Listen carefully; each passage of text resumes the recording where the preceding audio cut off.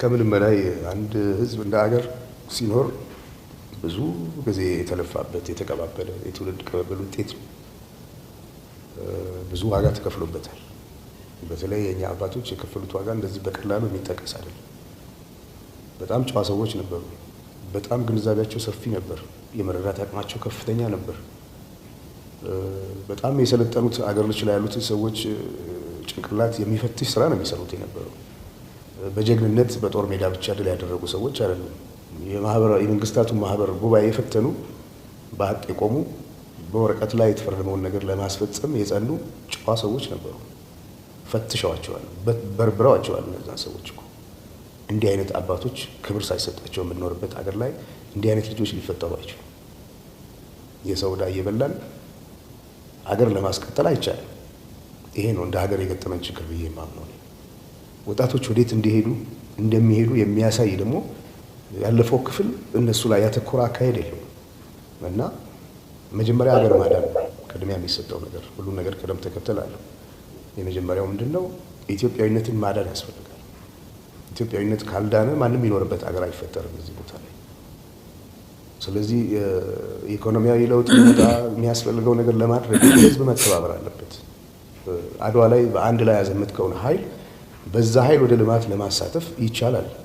መንገዱም ይሄ ነው እና እንደዚህ አይነት ያካሄድ ጉድለቶች አሉ። ሁለተኛ ልጆች ተምረው ተሻሽለው መለወጥ ይፈልጋሉ።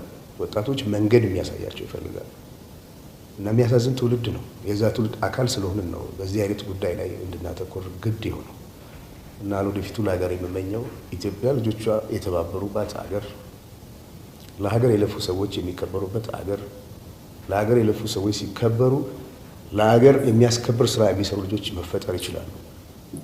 ከምንም በላይ ግጭቶችን አስወግደን በይቅርታና በምህረት በፍቅር በአንድነት ይሄንን መሰረት ያለው ህዝብ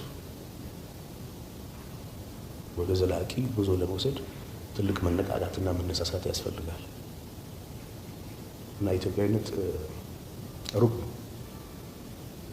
እና የሁላችን ኑሮ መሻሻል አለበት።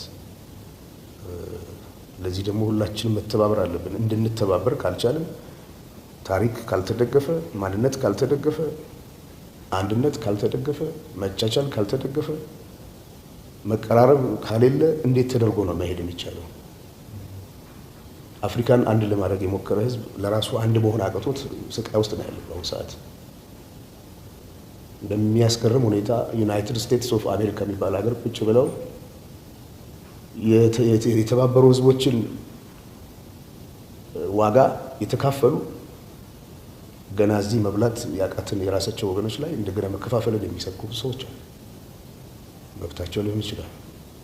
አደገኛ መሆኑን ሳይነገር አይታለፍም። ስለዚህ እኛ ሰላም እንፈልጋለን፣ አገራችን እንወዳለን። ኢትዮጵያዊነት ቀለሙ እንዲዘባረቅ ተደርጎ እንደቀረበው አይደለም፣ ረቂቅ ነው፣ የሚጠቅም ነው። ለእኛ አይደለም ለሌሎችም የሚጠቅም ነው እና አይደለም ኢትዮጵያኖች ተባብረው ለኛ መሆን ብቻ አይደለም፣ በጽኑ እንቅልፍ ለወደቀው ለሰፊው አፍሪካም ትልቅ አቅም የሚሰጥ የሚያፈናጥር ህዝብ ነው። እንዳይራመድ ሆኗል። ይሄን የማዳን ደግሞ የኔም እናንተም ሁላችንም ተግባር ነው ብዬ አምናለሁ።